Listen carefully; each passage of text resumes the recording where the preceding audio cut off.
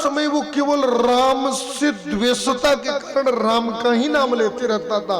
अच्छा एक और मैं बात बता दूं, आप जिससे बहुत प्रेम करते ना, जिसको बहुत मानते हो ना, आप जिससे आपका बहुत ममता है ना, लगाव है ना, हम कभी कभी उसको भूल जाते हैं, कभी वो व्यक्ति भी हमारे दिमाग से बिसर जाता है। लेकिन खड़े नटवार के चौराहे पर जिस व्यक्ति ने तमाचा मार दिया ना गले में, उसको हम जीवन में कभी भूल नहीं पाते हैं साहब।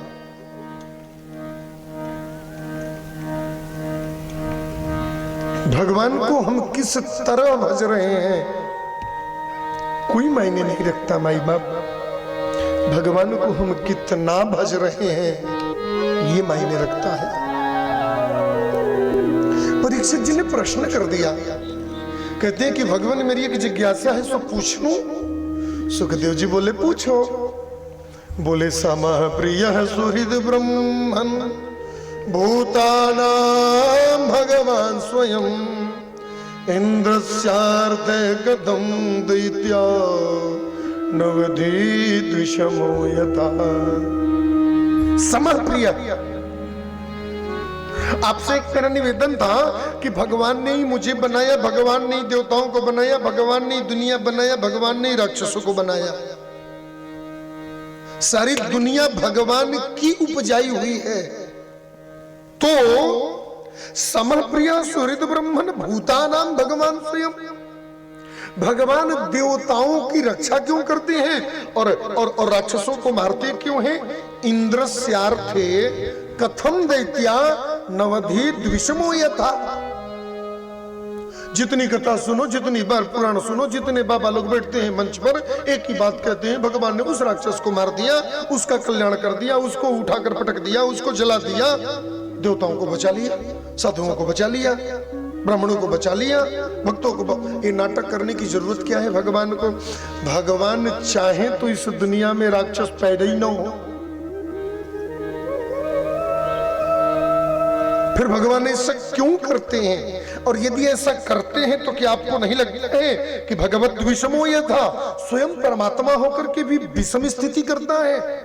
उनके मन में भेद है, उनके मन में ऐसे राक्षसों के प्रति और देवताओं में थोड़ा अंतर समझते हैं, ऐसा नहीं लगता आपको? श्री सुखदेव जी महाराज कहते हैं कि राजन, भगवान कभी किसी से द्वेष नहीं करते, और एक बात जान लो, भगवान कभी किसी से प्रेम नहीं करते। प्यार से बोलो जय श्री कृष्ण। जय श्री कृष्ण। हाँ, ये भगवान का काम नहीं है किसी से प्रेम करना। अच्छा सुनो, एक मीठी सी बात बता दूं मैं आपको, किसी से आप लोग बताइएगा मत। भक्त चाहे कितना भगवान से प्रेम कर ले, भक्त से भगवान कभी प्रेम नहीं करते। प्रेम से बोलो जय श्री कृष्ण। हाँ, और राक्षस भगवान से कितनी द्वेषता कर ले, भगवान कभी उसके ऊपर रुष्ट भी नहीं होते। प्रेम से बोलो, हम नहीं कह रहे हैं, गोस्वामी जी लिखले बना दीदी मानस जी में कि यद्यपि सम नहीं रागन रोष, यद्यपि सम नहीं रागन रोष, यद्यपि सम नहीं रागन रोष, यद्यपि सम नहीं रागन रोष, गहन पाप पुण्य गुण दोष, गहन पाप पुण्य गुण दोष, तदपि करहि शम विषम विहारा, तदपि करहि शम विषम विहारा, भगत भगत हृदय अनुसार, भगत भगत हृदय अनुसार, भगत भगत हृदय अनुसार। ध्यान से सुनिएगा, यद्यपि सम, भगवान कैसे रहते हैं? बिल्कुल न्यूट्रल रहते हैं। नहीं राग न रोसू। भगवान कभी किसी से राग नहीं करते, प्रेम नहीं करते, और नहीं रोसू, भगवान कभी किसी पर गुस्सा नहीं करते, नाराज नहीं होते। हाँ, अच्छा भगवान तो क्या लोगों का पाप पुण्य तो देखते ही होंगे, और भगवान की जिम्मेवारी कोनो कुछ काम नहीं खे, यह काम बा कि गली गली घूम घूम कर सबकर पाप पुण्य देखत रह कि के का करता के का नहीं के करत। यह काम भी भगवान का नहीं।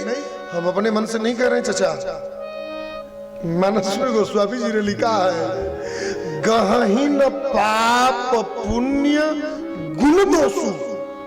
भगवान कभी किसी का पाप नहीं देखते, कभी किसी का पुण्य नहीं देखते, किसी का दोष नहीं देखते, किसी का गुण नहीं देखते। भगवान करते क्या है? अब ये बात जान लीजिए कि भगवान करते क्या है। बोले तदपि करहि सम विषम विहारा, भगतय भगत हृदय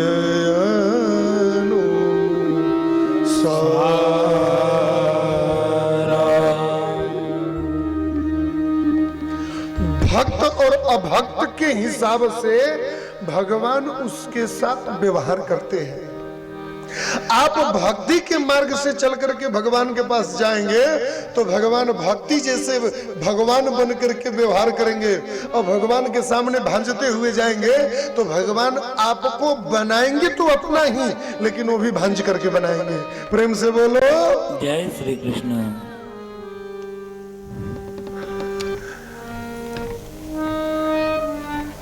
हिरण्याक्ष वध की कथा सुनाया। त्रिलोक विजय करने के लिए चला था, पृथ्वी को रसातल में डाल दिया। भगवान बराह बन करके प्रकट हुए और पृथ्वी को यथास्थान स्थित किए, और जाकर के बराह जी से लड़ाई करने लगा हिरण्याक्ष। भगवान ने एक चांटा खींचकर कांच के नीचे दिया, सो नीचे जाकर ऊपर गया, सो ऊपर ही रह गया।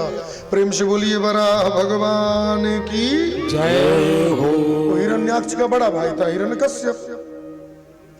अब भाई को कोई मार दे, भले भाई चाहे कितना दारू पीकर गाली दे रहा था, लेकिन फिर भी बड़ा भाई हो तो पड़ोसी से झगड़ा किए बिना मानेगा कहा। दारू पी के हमार भाई गाली देते रह, तू कहे मरल? अरे हमरे माई बहन के देते रह, तुम्हारी के पड़ोसी। हिरण्यकश्यप ने द्वेष किया भगवान से, और द्वेष करके भगवान से इतना द्वेष किया कि बोला कि मैं तो बदला लेकर के मानूंगा नारायण से, मतलब कि हाँ मैं छोड़ूंगा नहीं। और देखो वो चला गया, जाकर के मंदराचल पर्वत पर घोर तपस्या किया। सतपस्तेपि द्रोण मंद्रम, द्रोण पर्वत पर जाकर के और भयंकर तपस्या किया साहब। और ब्रह्मा जी का तपस्या करते करते करते करते लिखा है कि पैर के दोनों अंगूठे पर खड़ा होकर के और दोनों हाथ ऊपर उठा करके ऊर्ध्वबाहोर नभो दृष्टि पादांगुष्टाश्रिता बनी, दोनों अंगूठे पर केवल खड़ा हो गया, और अंगूठे पर खड़ा होकर के हाथ उठा करके आंख ऊपर करके ब्रह्मदेवाय नमः ब्रह्मदेवाय नमः ब्रह्मदेवा। और ब्रह्मा जी बोले कितना देर चलाएगा, सोने में भी डिस्टर्ब कर रहा है, सो वरदान देने चले आए। मांगो वरदान क्या चाहिए? साहब मेरे को एक ही वर दे दो, मैं अमर हो जाऊं। ब्रह्मा जी बोले हम खुद ही नहीं है तो तुमको कहां से दे देंगे, कोई दूसरा वरदान मांगो। सो दूसरा वरदान में बोला कि एक वर दे दो कि मैं 3 वरदान आपसे मांग लूं। ब्रह्मा जी बोले मांग लो।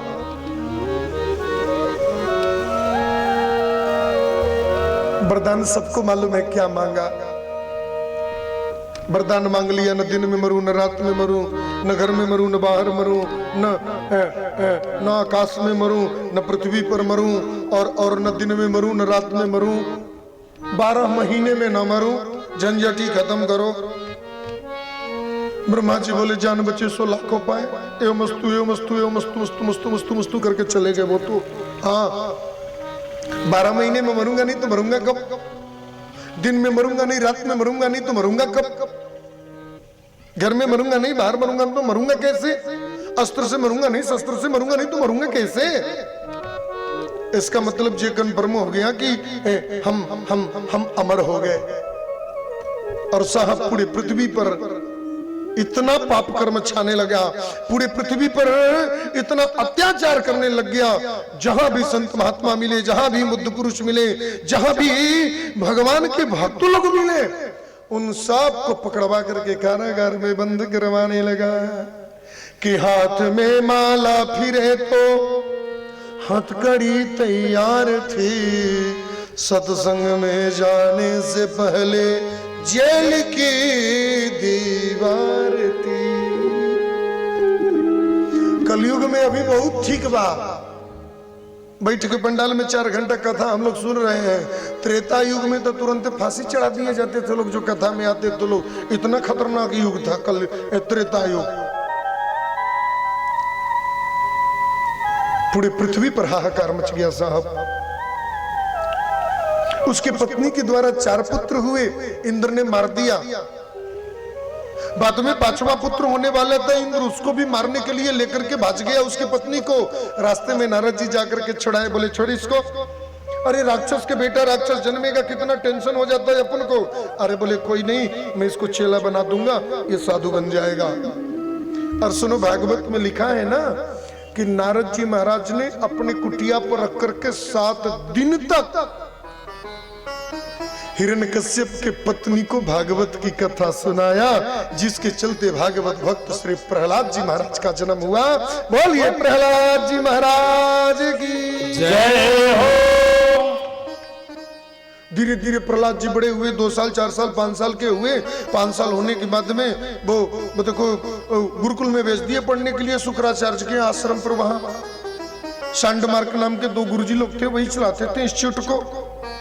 अब राक्षसों के यहाँ तो वो क्या पढ़ाई होगा, वही पढ़ाई होगा। काट डालो, मार डालो, उखाड़ डालो, उजाड़ डालो, बसा डालो, उसका छीन लो, उसका लूट लो, यही तो पढ़ाई होता है राक्षसों की स्कूलों में। और क्या होता है, पेट में बम लगा करके सभा में कूद जाओ, जन्नत मिल जाएगा, तो दूसरों का गर्दन काट दो तो भगवान मिल जाएंगे, तो उसका सामान लूट लो तो दौलतमंद बन जाओगे, तो उस व्यक्ति को ये कष्ट दे दो तो तुमको सुख मिल। राक्षसों के तो यही पढ़ाई होती है ना, और क्या पढ़ाई होगा। प्रहलाद को अच्छा ही ना लगे। 6 महीना बाद आया घर, हिरण्यकश्यप खुश हुआ, मेरा बेटा इंस्टीट्यूट से आया है, और लेकर के गोद में बैठाया। बेटा क्या पढ़ कर आए हो, मेरे को बताओ। बोले बाबूजी बताऊं क्या पढ़ कर आया हूं। बोले बताओ। सुखदेव जी कहते हैं परीक्षित सावधान, एक 5 साल के बच्चे का उपदेश तो सुनो अपने राक्षस बाप के प्रति। श्री प्रहलाद जी महाराज कहते हैं कि तत साधु मन्ये सुरभं यदेहिनां सदा समुद्युत्कृधियाम सद्गृहा कि हितवात्मपादं गृहमंदकूपम वनम गतो यद्यरिमां श्रयेत। पिताजी ये जो संसार है ना, ये पूरा दुनिया क्या है। बोले गृहमंदकूपम, अपना जो घर है ना, अपना जो दुनिया है ना, ये एक अंधा कूप है, और इसी अंधे कुएं में हम लोग अंधेरा बन करके पड़े हुए हैं। एक तो हम खुद अंधे हैं कि बाहर निकले कैसे, और दूसरा ये कुआं भी, ये घर भी, ये परिवार भी, ये संसार भी अंधेरे में पड़ा हुआ है। निकले तो निकले किस रास्ते से, ये भी नहीं दिख रहा है।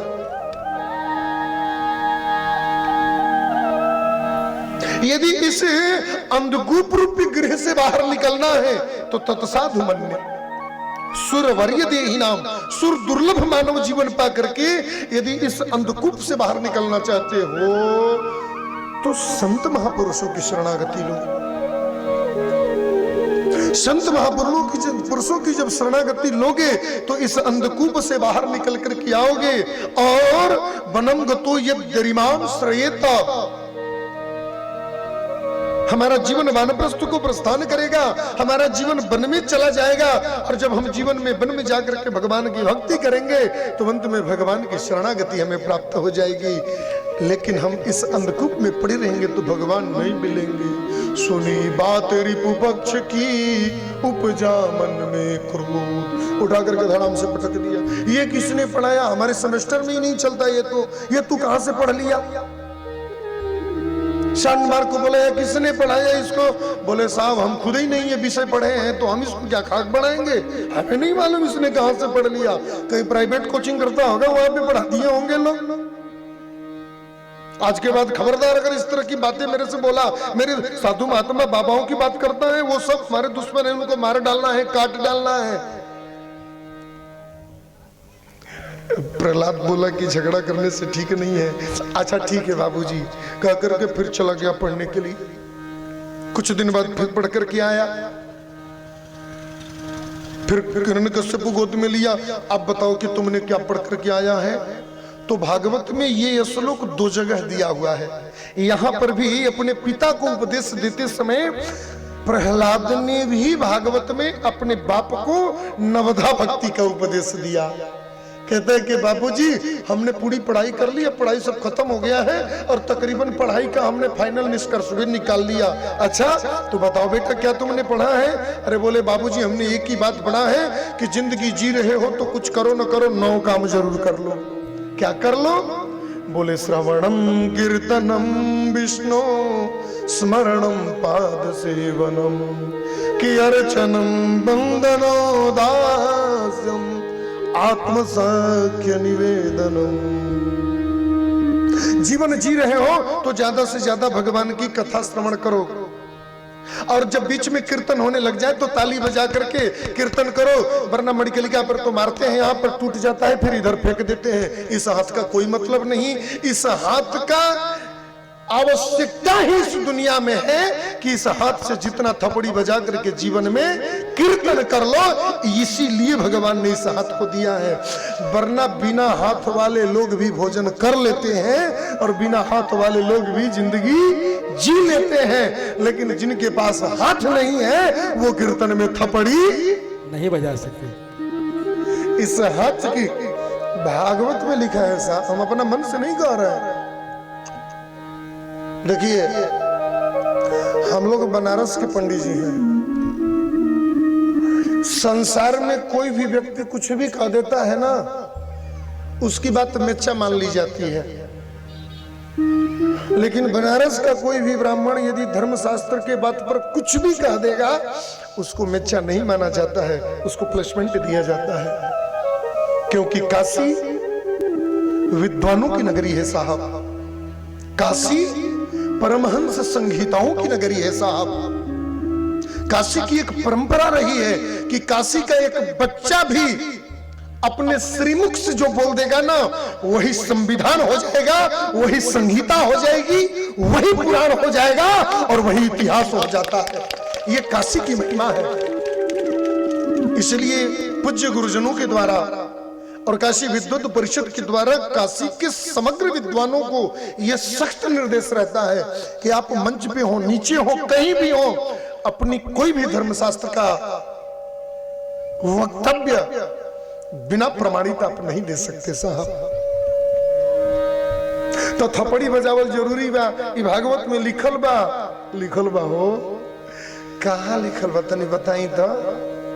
दशम स्कंद की कथा सुनेंगे, उसमें जब नल और कुबर वृक्ष बनते हैं, भगवान उखल में बंद करके स्पर्श करते हैं, पेड़ गिरता है, उससे नल कुबर नाम के 2 यक्ष प्रकट होते हैं। तो वह यक्ष कहते हैं कि वाणी गुणानुकथने श्रवणु कथायाम हस्तौ च कर्मसु मनस तव पादयोर्ना। मुख क्यों मिला है? भगवान का कीर्तन गाने के लिए। जो लोग आईसीयू में बंद हो जाते हैं, अब मुंह नहीं खुलता है, वो व्यक्ति 25 दिन जिंदा नहीं रहता है। कमौसी रहता है ना। भोजन करने के लिए केवल मुख नहीं मिला है, मुख मिला है भगवान का कीर्तन करने के लिए। ये सुंदर वाणी, ये सुंदर गला, ये सुंदर जिह्वा और ये सुंदर स्वर जो ईश्वर ने आपको दिया है ना, पड़ोसी के बदगोई गावे खती के नहीं बहनी, कीर्तन गाने के लिए दिया है भगवान ने। प्रयास करो कि वाणी गुणानुकथने श्रवणौ कथायाम, कान से ज्यादा भगवान की कथा सुन सको। और हस्तौ च कर्मसु, हाथ से भगवान का कर्म करो। भगवान का कर्म क्या करना है? बोले कथा के बीच में भजन में जोर जोर से थपड़ी बजाओ, यही तो कर्म है। और क्या कर्म है? प्यार से बोलो। नहीं, बीच बीच में राधे राधे भी बोल सकते हैं, जोर से बोलिए। हाँ, कल एक दो लोग मेरे से बोल रहे थे आप जय श्री कृष्ण बोलते हैं, राधे राधे नहीं बोलते, क्यों?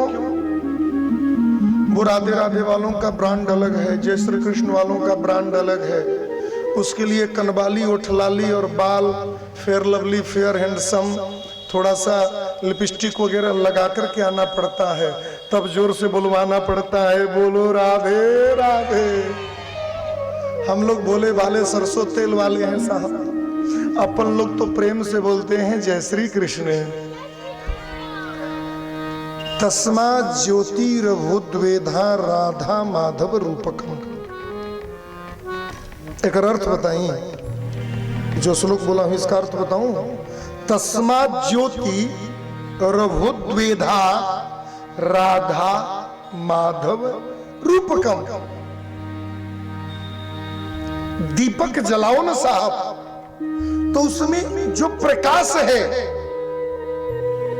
वही राधा है, और जो उसमें एक गर्मी है, जो उसमें एक तप्तमान है, जो उसमें एक अग्नि की ज्वाला है, वह ज्वाला ही कृष्ण है।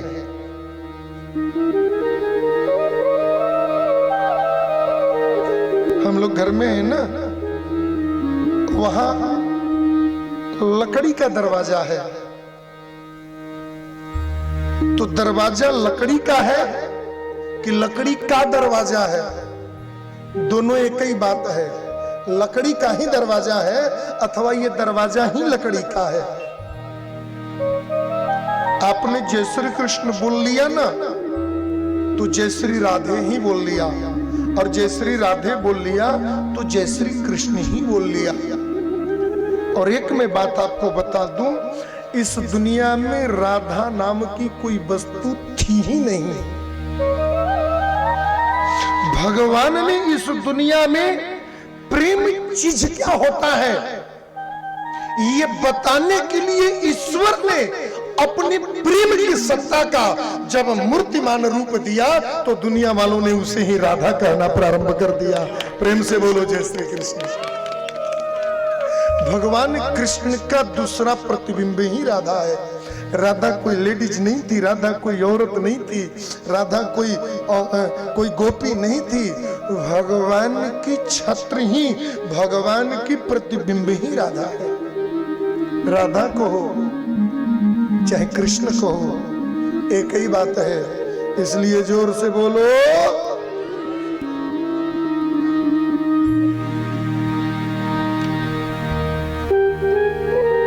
श्रवणम कीर्तनम विष्णु, स्मरणम भगवान का पाद सेवनम, अर्चनम।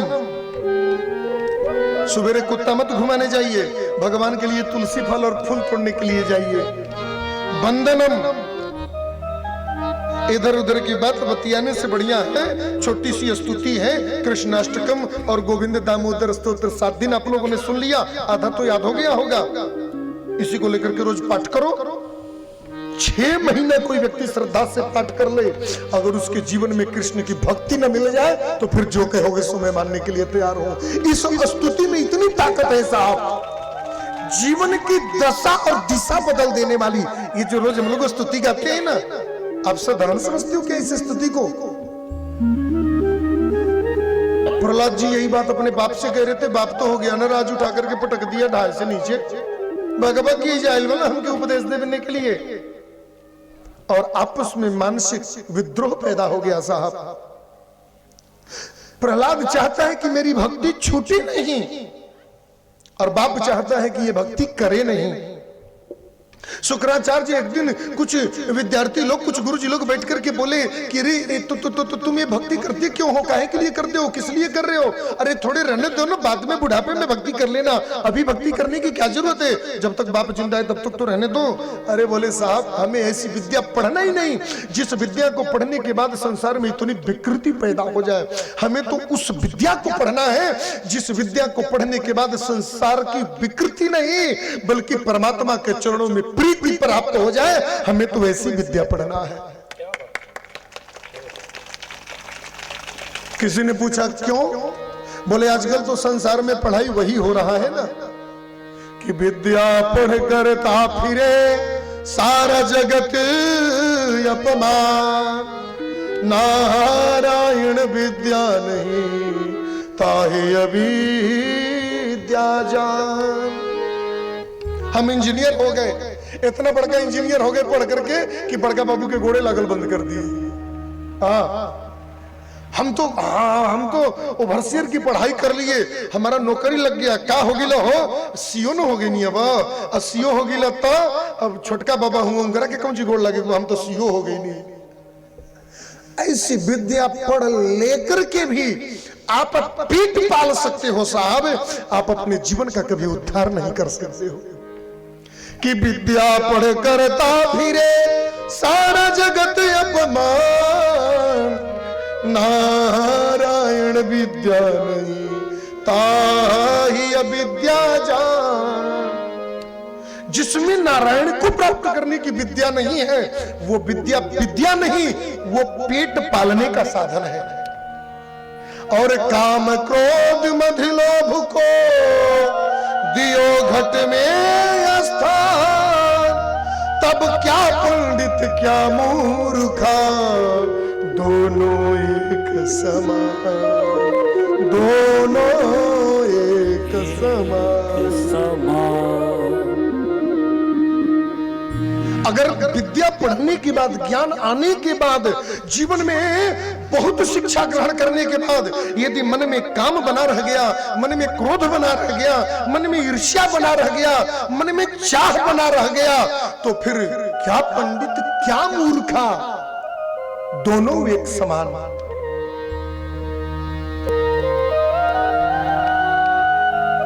एक जगह मैं कथा कर रहा था, कुछ तो पंडित जी लोग मेरे ऊपर नाराज हो गए। मैं ऐसे कथा करते करते मैंने बीच में मेरे से मुंह से निकल गया कि भागवत की कथा करने पर भी, राम कथा करने पर भी, शिव महापुराण का ज्ञान होने पर भी और देवी भागवत पढ़ने पर भी, वेद वेदांत पढ़ने पर भी यदि 5 लाख लिए बिना कथा नहीं करने जाऊंगा, यदि ये मन में तृष्णा रह ही गई तो मुख्तार अंसारी में और डकैतों में और उन व्यासों में कोई खास अंतर।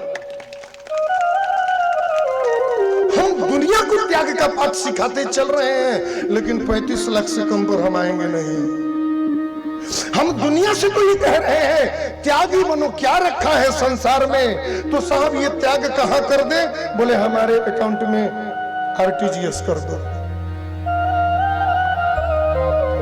हम हैं तो त्यागी, लेकिन जहां टीवी पर कथा आने चालू हुआ नहीं, 8 अकाउंट नंबर आना चालू हो जाता है, IFSC कोड आना चालू हो जाता है।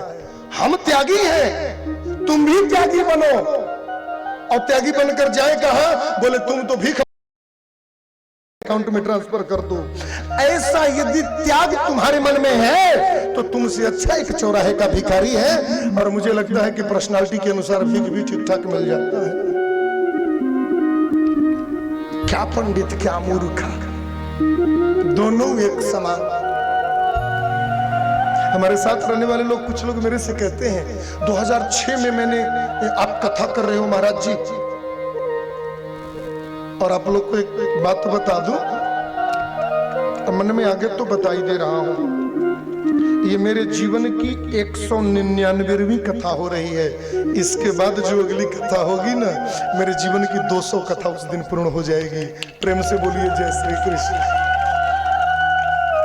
मेरी तो हार्दिक इच्छा थी कि 200वीं कथा यहां मैं करूं, लेकिन वो बीच में कुछ ऐसी घटना घट गई जो कार्यक्रम मार्च में चला गया, इसलिए ये नंबर 199वां हो गया।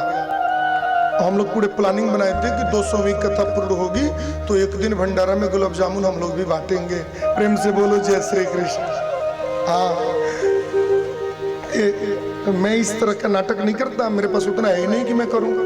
ये धीरज है ना, हाँ, ये तो बिना पूछे भंडारा चालू कर देता है। हाँ हाँ हाँ, वो 3 महीना बाद फिर लिस्ट धरा देगा।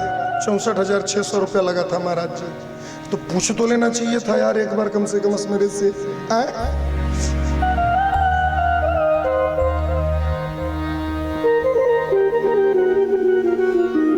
क्या करना है साहब, इस दुनिया में जितना यज्ञ, जितना धर्मोपदेश, जितना दान त्रिदंडी स्वामी जी को मिला ना, अगर संग्रह करना चाहते तो मुझे लगता है कि कम से कम भभुआ, सासाराम, बक्सर, ये 4 जिला तो वो खरीद लिए होते।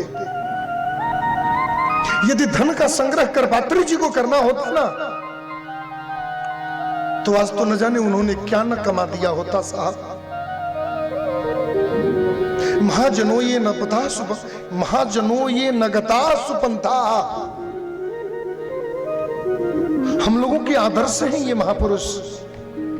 हम लोगों के व्यास परंपरा के आदर्श हैं ऐसे महापुरुष लोग,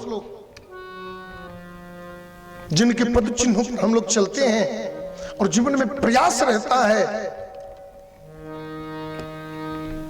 लोभ खत्म तो नहीं हो सकता साहब, लोगों को हो गया होगा मैं नहीं जानता, लेकिन मेरे अंदर से लोभ खत्म नहीं हुआ। लेकिन जीवन में इतना तो प्रयास करना है मुझे कि किसी व्यक्ति के पत्थर पर, छाती पर पत्थर रख करके भी उससे पैसा नहीं लेना है और ऐसी भी संपत्ति कमाने की जरूरत नहीं है।